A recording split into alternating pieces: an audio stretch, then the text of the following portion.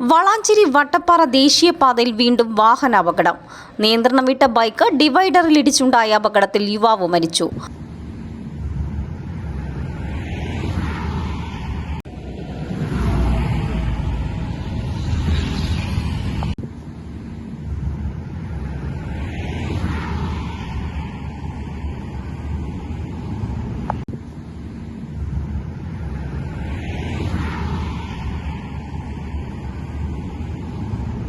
പൈങ്കണ്ണൂർ സ്വദേശി രാജേഷാണ് മരിച്ചത്.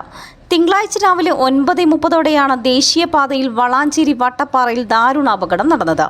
പൈങ്കണ്ണൂർ സ്വദേശി കുണ്ടുക്കാട്ടിൽ വീട്ടിൽ രാജേഷാണ് അപകടത്തിൽപ്പെട്ടത്.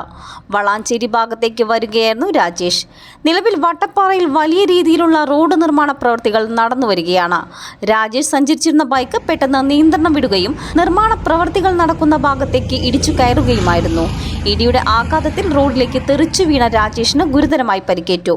അപകടം നടന്ന ഉടനെ തന്നെ നാട്ടുകാരും യാത്രക്കാരും ചേർന്ന് രാജേഷിനെ വളാഞ്ചേരി നടക്കാവ് ആശുപത്രിയിൽ എത്തിച്ചെങ്കിലും ജീവൻ രക്ഷിക്കാനായില്ല. നിലവിൽ മൃതദേഹം ആശുപത്രിയിൽ മോർച്ചറിയിൽ സൂക്ഷിച്ചിരിക്കുകയാണ്.